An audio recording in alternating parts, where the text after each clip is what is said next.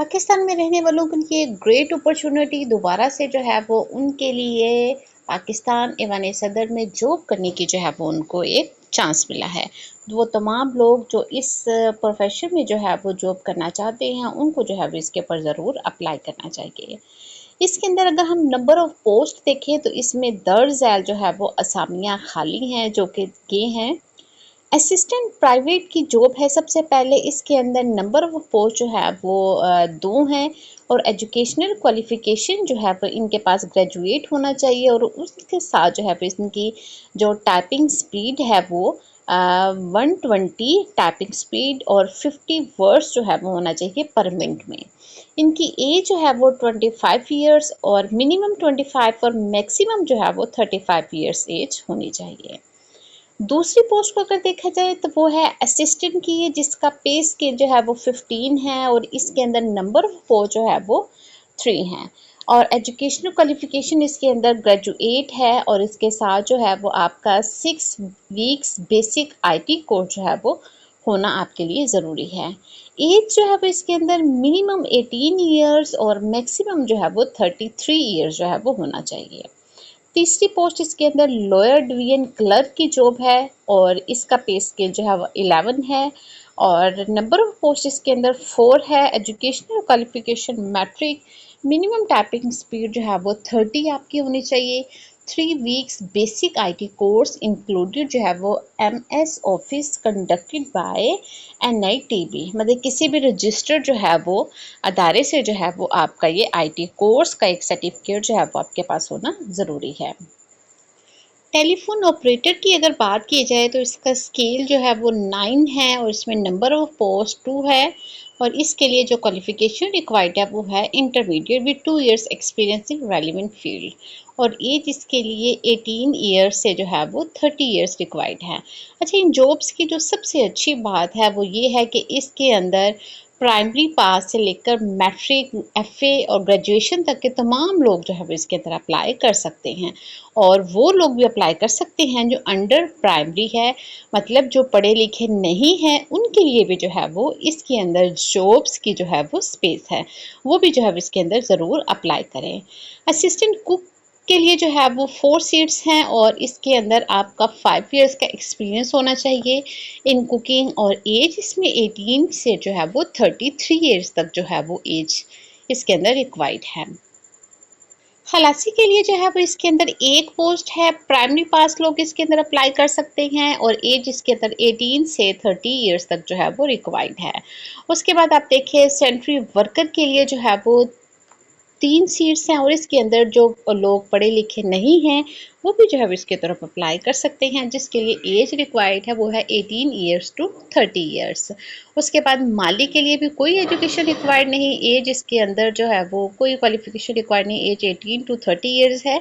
और नाइब कासिद की जो है वो 5 सीट्स हैं और इसके अंदर प्राइमरी पास होना जो है वो आपका ज़रूरी है और एज इसमें 18 ईयर्स से जो है वो 30 ईयर्स है।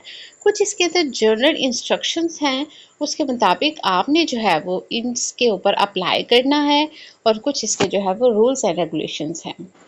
एज लिमिट की इसके अंदर बात की जाए तो एज रिलैक्सेशन जो है वो आपके लिए 5 इयर्स की एज रिलैक्सेशन दी गई है अकॉर्डिंग टू जो है वो एडवर्टाइजमेंट के आपकी एज ईयर्स जो है वो 5 इयर्स आपकी ज़्यादा हो सकती है और एकेडमिक जो है वो आपकी अगर हायर क्वालिफिकेशन होगी तो आपको जो है वो प्रेफर किया जाएगा। मतलब जहाँ पर जो है वो ग्रेजुएशन रिक्वायर्ड है तो अगर आपने मास्टर किया होगा तो आपको प्रेफर करेंगे और जहाँ पर इंटर रिक्वायर्ड है और अगर आपने ग्रेजुएशन किया हुआ है तो आपको वहाँ पर वो प्रेफर किया जाएगा, आपको ज़्यादा अहमियत दी जाएगी एज़ कम्पेयर टू बाकी एप्लीकेशंस। इसके अंदर जो है वो कोई भी आपको टीए डीए अलाउंस जो है वो नहीं दिया जाएगा for the purpose of test और इंटरव्यू के दरमियान कोई भी जो भी आपका खर्चा होता है आने जाने का, ट्रैवलिंग में डेली जो भी खर्च होता है उसके लिए जो है वो कोई भी पेमेंट आपको नहीं की जाएगी। एप्लीकेशन सबमिट करवाने के बाद सिर्फ जो शॉर्ट लिस्टेड एप्लीकेंट्स होंगे उनको जो है वो टेस्ट और इंटरव्यू के लिए जो है वो बुलाया जाएगा, उन लोगों को बुलाया जाएगा जो उनकी जो है वो रिक्वायरमेंट्स पर जो है वो पूरा उतरेंगे। और कैंडिडेट जो है वो लोग जो ऑलरेडी जो है वो किसी गवर्नमेंट सेक्टर ऑर्गेनाइजेशन में जॉब करते हैं उनको जो है वो अपना एनओसी जो है वो सबमिट करवाना उनके लिए ज़रूरी होगा। अच्छा, लास्ट में आपके लिए जो सबसे ज़रूरी बात कि आपने इसके ऊपर अप्लाई कैसे करना है। इसके ऊपर अप्लाई करने के लिए आपने जो है वो एक एप्लीकेशन लिखनी है, जहाँ पर जो है वो आपने ये एप्लीकेशन में मेंशन करना है कि आप जो है वो इस जॉब के लिए जो है वो अप्लाई कर रहे हैं। और एप्लीकेशन अगर आपके लिए मुश्किल होगा तो आप इसके लिए जो है वो चैट जीपीटी से जो है हेल्प ले सकते हैं। अपना जो है वो अनवान वहाँ पे लिखें कि आप ऐवान सदर के नाम एप्लीकेशन लिखना चाहते हैं, तो वो आपको जो है वो बड़ी आसानी से लिख कर जो है वो आपको विद इन सेकंड जो है वो आपके सामने आपको रिजल्ट दे देगा। तो आप उसको जो है वो प्रिंट भी निकलवा सकते हैं या जो है उसको आप पेज पर भी लिख सकते हैं। उसके बाद जो उस एप्लीकेशन के साथ जो है वो आपने अपनी तमाम डिग्री, अपनी तमाम जो है वो क्वालिफिकेशन, सर्टिफिकेट, एक्सपीरियंस, तमाम जो है वो आपने उसके साथ जो है वो अटैच करनी है। अपना डोमिसाइल, अपना एड्रेस आपने बिल्कुल राइट लिखना है और जो भी आपका एक्सपीरियंस का ड्यूरेशन है वो भी आपने बिल्कुल ठीक लिखना है, क्योंकि उन्हीं लोगों को जो है वो कॉल किया जाएगा जिनका जो है वो तमाम इंफॉर्मेशन है बिल्कुल वो एक्यूरेट होगी। और इस एप्लीकेशन को जो है वो आपने सबमिट करवाना है पीओ बॉक्स 1604 GPO इस्लामाबाद।